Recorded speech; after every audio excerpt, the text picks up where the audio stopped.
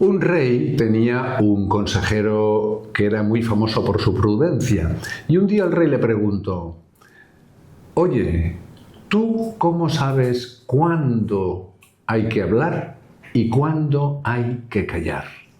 Y el consejero respondió: «Majestad, cuando mis palabras pueden mejorar el silencio, hablo.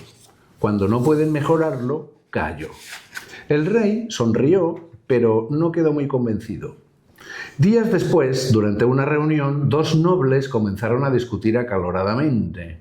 Todos esperaban que el consejero interviniera, sin embargo, permaneció en silencio. Al cabo de unos minutos, los dos hombres se dieron cuenta de lo absurdo de la disputa y se reconciliaron. Más tarde, el rey le preguntó: «¿Por qué no dijiste nada?». El consejero respondió: «Porque cualquier palabra mía habría echado más leña al fuego. A veces el silencio resuelve lo que las palabras complican». Poco después surgió otro conflicto, esta vez por una injusticia contra un campesino. El consejero habló con firmeza y defendió al hombre hasta que se hizo justicia. Entonces explicó: «Y a veces callar sería una cobardía. La sabiduría no está en hablar mucho ni en callar siempre, sino en hacer lo que el bien exige en cada momento». Callar ante una ofensa personal suele ser prudencia. Callar ante una injusticia puede ser falta de valentía. Hablar para lucirse es vanidad. Hablar para ayudar es caridad. Bienvenidos a Veamos, un espacio donde durante unos 20 minutos plantearemos cosas que pueden ayudar a aclarar ideas para vivir mejor en cristiano. Por eso, en el día de hoy hablaremos sobre cuándo hablar y cuándo callar. Veamos.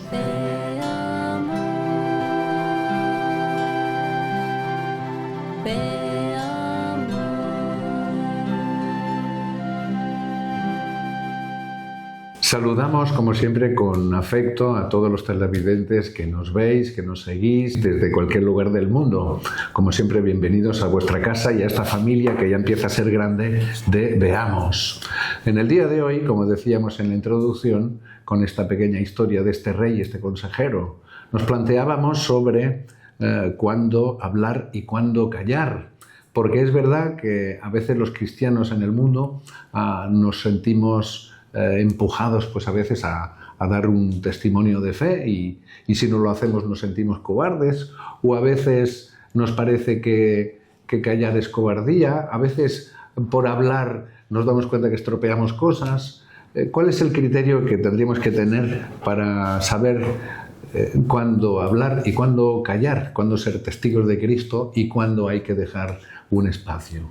Padre Enrique nos ayudará a discernir hoy este tema tan interesante. Bueno, es un tema más complicado de lo que parece, porque a veces encontramos a Jesús en el Evangelio que habla, muchas veces habla, sí, pero también momentos en los que calla. Y calla, por ejemplo, para mí uno de los que siempre me ha gustado cómo lo hace es ante Herodes. Herodes, él va a Herodes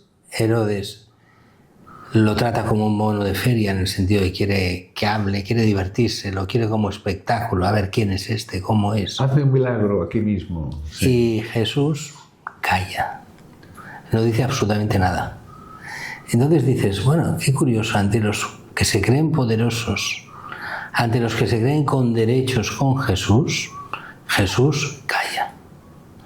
Eso quiere decir que el silencio tiene un valor, y un valor fuerte también.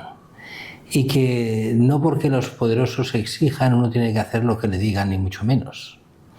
Entonces con eso ya vemos que hay, y que Jesús habla, eso lo vemos en todo el Evangelio, está lleno de que Jesús habla. Bienísimo. Pero también esos momentos de silencio. No solo hay momentos de silencio, sino que hay épocas enteras de silencio. O sea, Jesús empieza a hablar a partir de los 30 años. Sí, claro. Entonces, claro, no habla, sí que habla, pero no para nosotros. Sí, sí. Prácticamente solo sale aquel momento de cuando tiene 12 años y se acabó. ¿De qué habla? ¿No? Y solo para decir, ¿no sabíais que tenía que estar en la casa de mi padre? Y ahí ya se cayó ya hasta está. Los 30. Al menos de cara a nosotros, se cae a todo esto. Entonces quiere decir que hay largos silencios y también largos discursos, ¿no? Lo hemos visto en el Sermón de la Montaña, un gran discurso. Y bueno, entonces la idea de fondo es, a ver, buscamos criterios. Hay criterios específicos de momentos que los iremos viendo y unos criterios generales. El criterio general es un criterio triple que hay que tener siempre presente ante todas las situaciones. Primero, no es cuestión de hablar mucho o poco, sino prudencia. La prudencia en el sentido clásico, o sea, buscar realmente qué es lo que debo hacer. Y no simplemente hacer así por hacer, sino buscar el qué tengo que hacer y qué medios usar para el fin necesario. Porque a veces, padre, las personas cuando a veces hablan, mira, qué prudente que es esta persona, y a veces no es que sea prudente, sino que es como un poco cobarde, un poco apocado. Es que vulgarmente prudencia quiere decir callar, y no es eso. Y no es eso. Prudencia quiere decir es ver bien qué es lo que hay de hacer y poner los medios para hacerlo. Claro. Y hay veces que la prudencia es callar. Y hay veces que la prudencia exige hablar. Claro. O actuar de cualquier manera. Entonces, actuar, pues... Encontrar el mejor medio para conseguir el exacto. fin. Entonces, es como un triángulo. Tres bases. Estábamos en el primero, la prudencia. Primero es la prudencia. Segundo es la verdad. La verdad. O si quieres, el segundo es la caridad y el tercero es la verdad.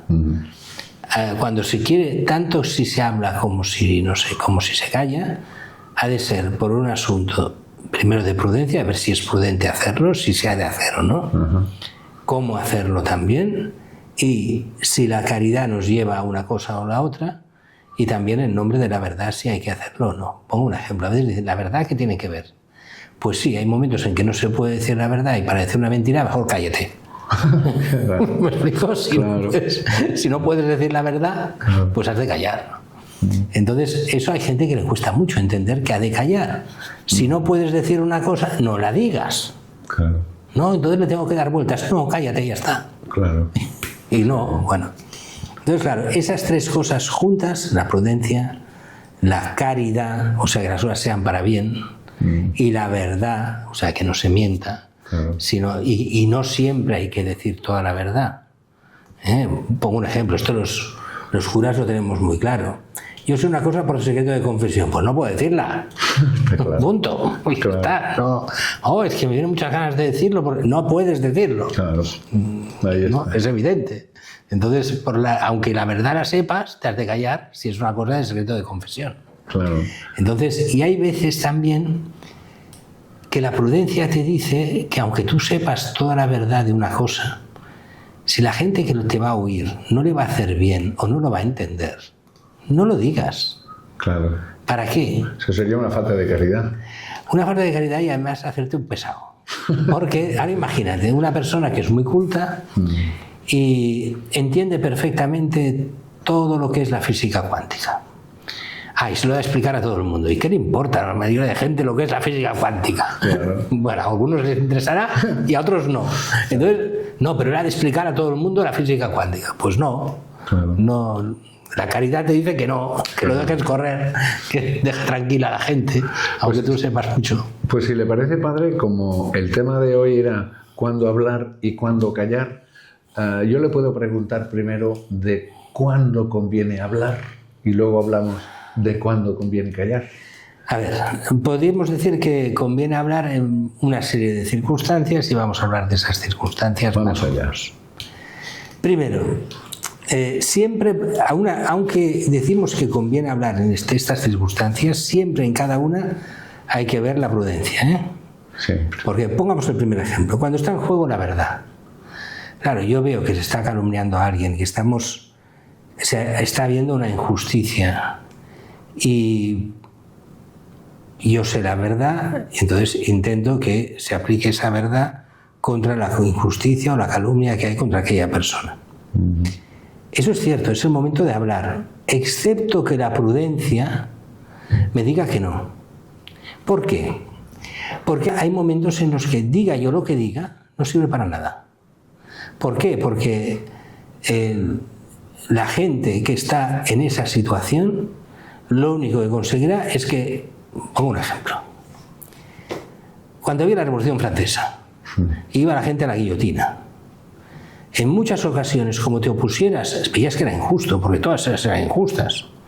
Pero como te quejases, ibas también tú y tu familia a la guillotina. Pues por prudencia y salvar la familia, callabas. Porque aunque hablases, no lo salvabas. Y al revés, hablabas, no lo salvabas y tú también ibas a la guillotina. ¿Tiene sentido hablar? Claro, no. No tiene sentido, aunque era de justicia hablar. Claro. Pero la prudencia te decía que no. Entonces, pero eso no pasa siempre, no vas a la guillotina todos los días.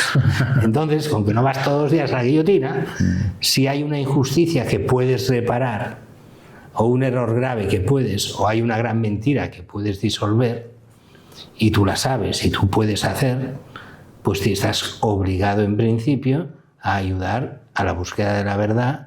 Y entonces, cuando está en juego la verdad, somos servidores también de la verdad. Y aquí entra un problema muy grave, que algunos, ¿esto verdad que parece sencillo? Pues muchos dicen que no.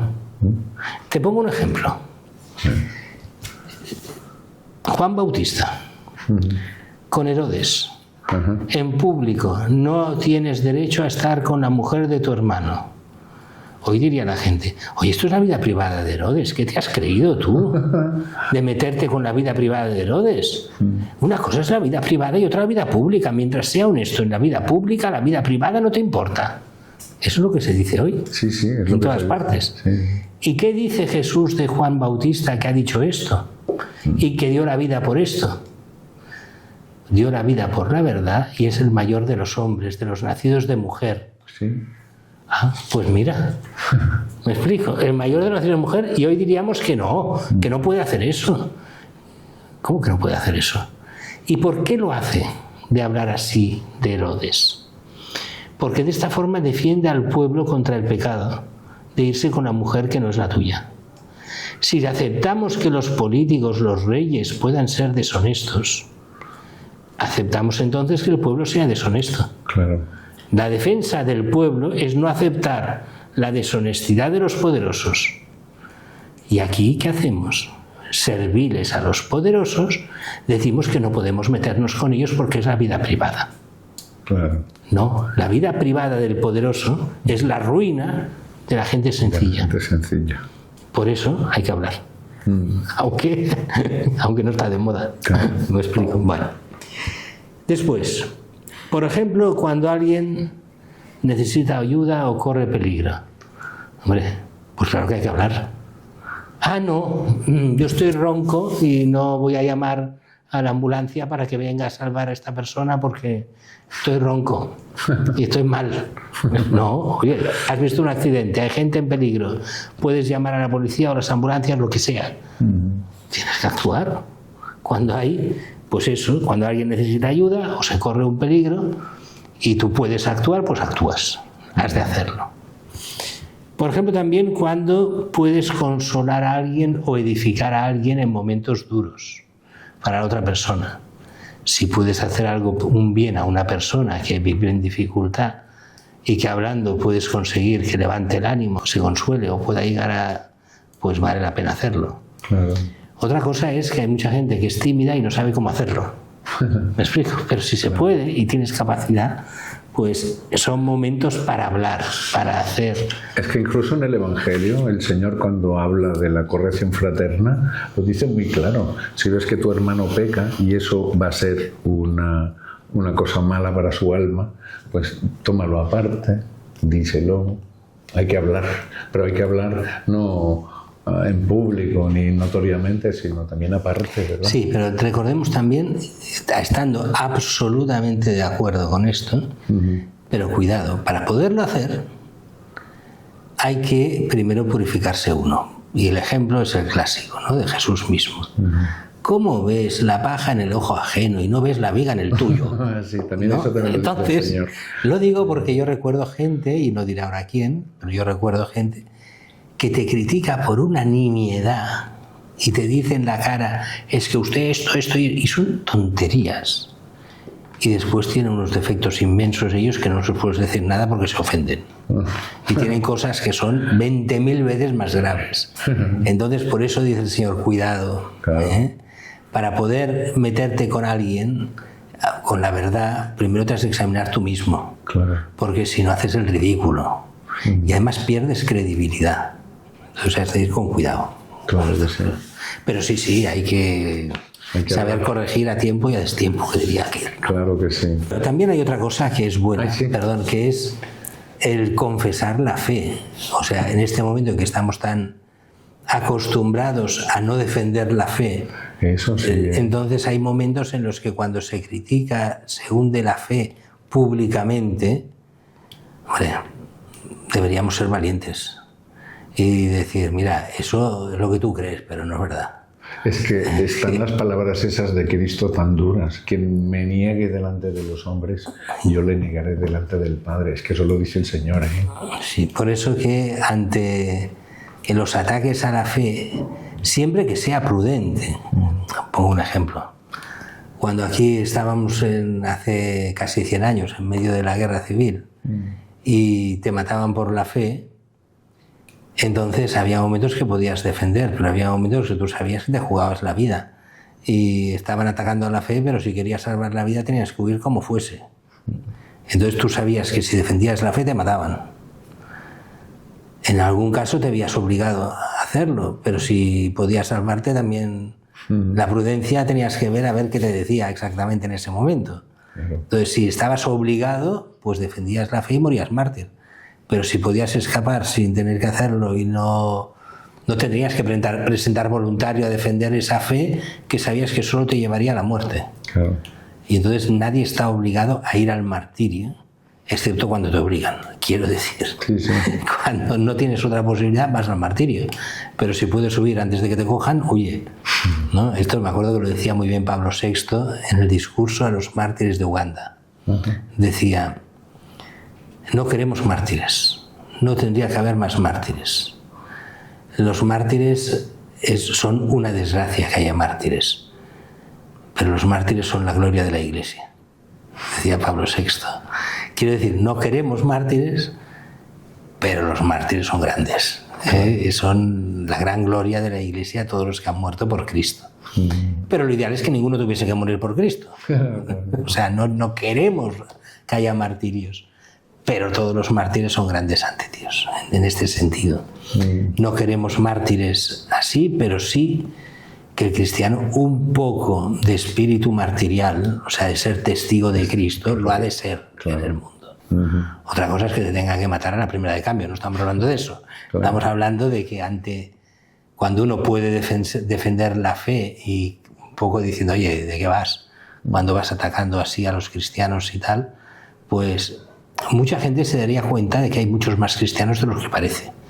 Pero con que callan muchos cristianos, pues parece que no hay. Pero si la gente se pusiera un poco dura en ciertos momentos, o por ejemplo, con tantas blasfemias que se van haciendo, si cada cristiano al que blasfema dice, oye tío, ¿por qué estás blasfemando?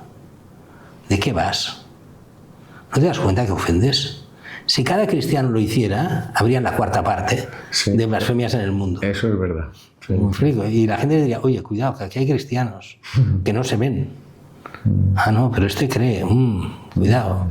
¿No? Bueno, esto sería por la parte de lo que hay que hablar.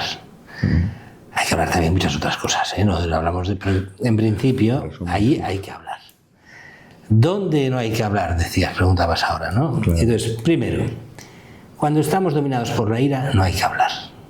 Porque sabemos que si estamos nerviosos, estamos enfadados, diremos cualquier cosa menos lo que hemos de decir. Es verdad. Entonces la mente se ofusca. Y si la mente está ofuscada, solo nos queda la violencia. Y si hay ira y violencia, no responderemos como Dios quiere.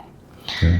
Entonces mejor en ese momento retirarse, callarse, serenarse un poco y después ya veremos. Pero en ese momento no es el caso. Callar, muy bien. Segundo, cuando sabemos que no va a llevar a nada bueno sino solo a algo malo. Pongamos un ejemplo. Imaginemos a aquella persona que es súper irascible, que no acepta que nadie le lleve la contraria y además que cuando le llevan la contraria empieza a hacer el daño a los que están alrededor. Y tú sabes que si ahí en ese momento le bloqueas, le empiezas a hablar y le dices las cosas como son, se la cargarán los que están al lado. O sea, provocas la ira y la disputa del otro contra otras personas. Cállate. Claro. No vale la pena. Haces más mal que bien. Claro. ¿Me explico? Se aumenta la disputa. Claro, entonces lo que haces es generar conflicto que no lo generas tú, lo genera el otro. Pero si tú ves que eso va a generar conflicto, esto pasa, por ejemplo, en aquellos matrimonios donde uno es violento. Y la mujer sobre todo ha aprendido que de ese marido cállate ciertas cosas porque vas a recibir. Pues entonces mejor no hables de eso, me explico, porque sabes que sales perdiendo. Claro. Entonces hay veces que si sabes que no va a servir para nada más que acrecentar la violencia, cállate. Oh, pero es que tengo derecho a hablar. Sí, tienes derecho a hablar, pero cállate, porque no consigues nada. Claro. Bueno. Después, ¿cuándo hay que callar? Cuando no se conocen los hechos. ¿Cuánta gente habla como si fueran súper especialistas de todo y no saben lo que ha pasado? Claro. Esto es muy divertido. Divertido no, es de pena, pero digo divertido así en el sentido de que si ves la televisión y ves programas de política o de cualquier otro, todo el mundo habla de todo como si supiera de todo. Exacto. Y nadie sabe de nada. Entonces no saben lo que ha pasado o lo que es peor. Pagados por los partidos. Y entonces, si esto va a contratar partido, pues este lo defienda y el otro lo acusa porque el otro es del otro partido. Y en realidad no importa la verdad, importa la disputa. Entonces, si yo tengo razón, no la tienes tú, con que es de mi partido tenemos razón nosotros, y con que es de mi partido tienes razón, no tenéis razón. Entonces, ¿me explico? Sí. Esa mentalidad cuando uno no sabe o cuando está comprado. Claro, una persona no puede hablar comprada. Pongo un ejemplo, una vez que pasó, no sé si lo explico alguna vez, una señora que se creía muy católica, nada de católica, pero ella se lo creía mucho. Y entonces había hecho una denuncia porque pensaba que con esa denuncia, bueno, podría ganar un dinero. Uy. Pero falso todo, lo que daba. Pues se lo autojustificaba que ella necesitaba el dinero y entonces podía acusar a otro falsamente, que no era una mentira, era un bien para ella. Hola. Y tan pancha como se lo justificaba totalmente. Y dices, oiga, ¿no se da cuenta que eso es calumnia? Y eso es robar. Y eso es injusto, totalmente. No lo veía, porque eso le daría un dinero, con lo cual le hacía un bien para ella. Oh, bueno, pues mal. Ahí no puedes meterte en eso. O sea, porque eso es meterte directamente en el mal. Y además con todos los pecados que van junto a eso. Y eso hay mucha gente que no lo entiende, que cree que si se puede aprovechar, yo no sé si te ha pasado, pero cada vez hay más gente que se intenta aprovechar de los demás. Pongo un caso muy curioso, ¿no? Que pasó, pero que demostró, o sea, cuando hubo todos los casos de pederastia de la Iglesia, se permitió, entonces se empezaron a hacer denuncias y se fomentaba que se hicieran denuncias. Entonces empezaron una serie de gente a hacer denuncias falsas porque pensaban que cobrarían indemnizaciones y así pues nos aprovechamos de la Iglesia. Y después hubieron dos que hicieron denuncias falsas. ¿Pero para qué? Para demostrar cómo colaban todas las denuncias falsas en lo civil. Y lo único que importaba era la palabra del que decía que había pasado eso. No se investigaba nada y ya tenían derechos para ser indemnizados. Hola. Y entonces con eso demostraron públicamente que era toda una tomadura de pelo. Claro. No había juicio, no había nada. Claro. Era simplemente eso, sin contar que en el tiempo justo que se dieron salieron 400 casos de denuncias, 400 denuncias, y en algunos diarios pasaron de las 400 denuncias a decir que habían 40.000. Hola. Cuando no había 40, eran 400, no sé si 440, 400 denuncias en 50 años. Bueno, entonces, claro, hay momentos en los que dices, para aprovecharse de la gente, hay mucha gente que se aprovecha de lo que pueda. Y si puede ganar algo de lo que sea, se apunta a todo, sea verdad o sea mentira.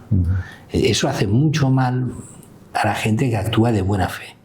Porque al final resulta que si todos son mentiras, el que va de buena fe y dice la verdad, sale también perdiendo. Claro. Porque al final ya no te puedes fiar de nadie. Claro. Del que dice el bien o del que dice... Bueno. También sería bueno no hablar cuando solo es por murmuración o chismes. Uy. Lo que pasa es que hay que distinguir, y eso cuesta mucho distinguir, lo que es un chisme o murmuración a lo que es verdad. Entonces hay cosas que son verdades y no son chismes, y que han de ir a las personas que han de ir, y eso lo han de saber. Y otra cosa es simplemente la murmuración por la murmuración, para ir un poco contra todos. ¿Cuál es el riesgo de eso? ¿Por qué hay mucha gente que le encantan los chismes? Y aquí hemos de distinguir, ya digo, las dos versiones. Aquel chisme que es necesario, pongo un ejemplo. Si yo tengo hijos pequeños y resulta que hay un profesor que es pedófilo en una clase, yo tengo derecho a saberlo. Ah, no, es que es problema suyo. No, yo tengo que defender a mis hijos. Claro. Tengo derecho a saber. Ahora bien, que hayan personas que tengan defectos nimios, pequeños, que siempre se haya de hablar mal de ellos o de las demás personas solo para que yo pueda decir, mira, yo no tengo estos defectos, qué bueno soy yo y qué malos son los otros, entonces vamos mal. Pero según qué cosas que la gente a veces califica de chismes se han de saber, porque te afectan a ti, según qué cosas, y sobre todo si son mentiras ya ni hablar, ¿eh? Estamos hablando de decir la verdad, aunque sea un chisme. Si es mentira, no puedes para nada decirlo porque es calumnia. Claro. Ya no es chisme. Claro. El chisme es simplemente el decir cosas que han pasado, que a lo mejor por pura caridad no tienen por qué explicarse, porque no te afectan a ti. Pero hay momentos que hay cosas que a ti te afectan y entonces eso ya no es un chisme. Eso es un derecho saberlo. Claro. Entonces hay que ir con cuidado, que hay gente que dice, es que esto yo lo he visto en personajes importantes, decir, no se puede decir chismes porque estos son solo porque les afectan a ellos. Pero entonces dices, oiga, no se puede, usted es el primero que propaga chismes, los utiliza, pero los demás no los pueden decir ni oír porque le afectan a usted, ¿verdad? Hombre, eso es jugar sucio. Claro. Pero esto lo hemos visto muchas veces, yo creo que tanto tú como yo, Sí, en muchos casos de estos. Entonces hay que ir con cuidado sobre estas cosas. Pues si me permiten, hasta aquí el Veamos del día de hoy, porque llevamos ya un rato. Para resumir un poco todo lo que hemos estado comentando y aprendiendo del Padre Enrique, yo me quedaría, Padre, con lo primero que nos comentaba. Qué importante que es hacerlo siempre todo con prudencia, con caridad y con verdad. Estos son los tres criterios con los cuales en el fondo sabremos cuándo hablar y cuándo callar. Muchísimas gracias a todos. Esperamos que haya sido una sesión que os haya servido también pues para vivir mejor en cristiano. Y como siempre recibimos esta bendición de Dios que tanta falta nos hace. El Señor esté con vosotros. Y con tu espíritu. Os bendiga Dios Todopoderoso, Padre, Hijo y Espíritu Santo. Amén. Glorioso San José, Ruega por nosotros. Ave María Purísima, Sin pecado concebida.